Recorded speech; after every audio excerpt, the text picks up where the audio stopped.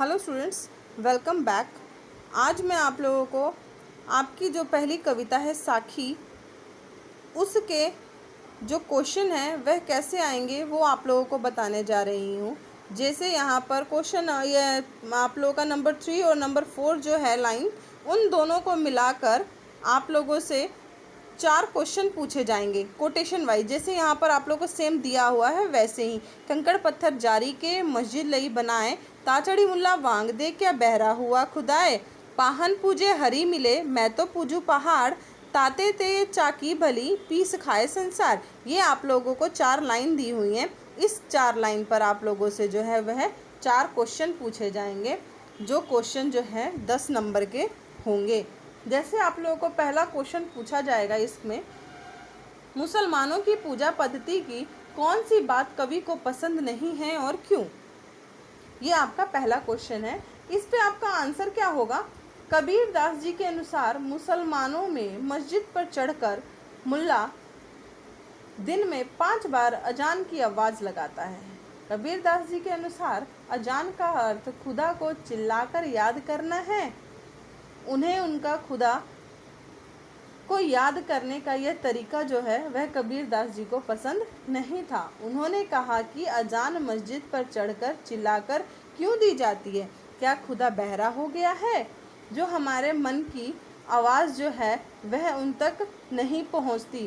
खुदा तो क्या है, हमारे मन में रहता है। इसी का दूसरा क्वेश्चन क्या है? हिंदू की मूर्ति पूजा का उपहास करते हुए कवि ने क्या तर्क दिया है? कबीर दास जी राम भक्त थे। उनके पास राम जी यानी कि राजा राम का नाम होकर हर व्यक्ति के मन में बसने वाले जो कौन है वह श्री राम हैं। कवि कहते हैं कि यदि पत्थर की पूजा करने से भगवान मिलते हैं तो वह पूरा का पूरा पहाड़ ही क्यों ना पूज लें। कवि को मूर्ति पूजा से चक्की की पूजा करना अधिक उपयोगी लगता है।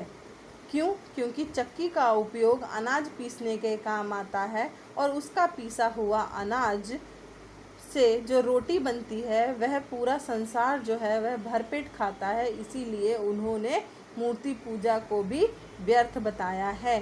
कवि ने हिंदू तथा मुसलमान को क्यों फटकारा है?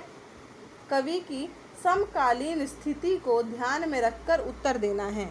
यहाँ पर बताना है कि कवि ने हिंदू और मुसलमान को क्यों फटकारा है।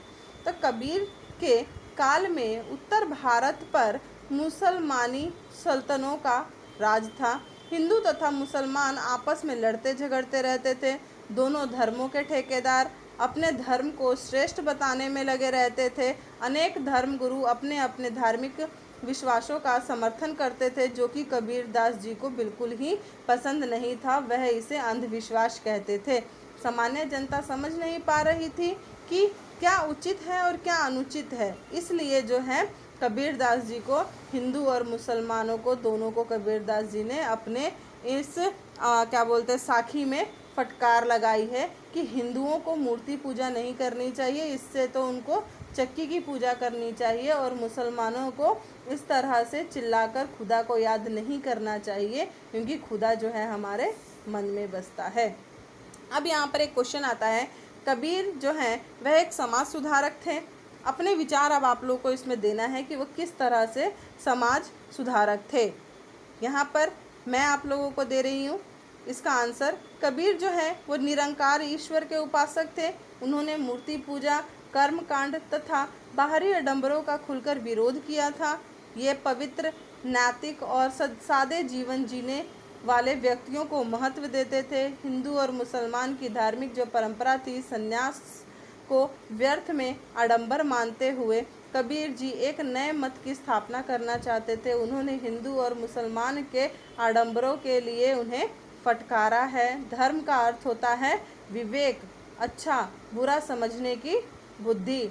अतः हमें आडंबरों का परित्याग कर धर्म के मर्म को समझना चाहिए। ये था आप लोगों का क्वेश्चन, जिसका आंसर मैंने आप लोगों को बताया है। तो आप लोग जो है इसको अपनी कॉपी पर, जो स्कूल की कॉपी होगी उस पर आप लोग इसे नोट कर लीजिएगा। मैं आप लोगों की वर्कबुक से नेक्स्ट वीडियो में आप लोगों को आपकी वर्क बुक से क्वेश्चन आंसर्स लिखवाऊंगी। Okay students.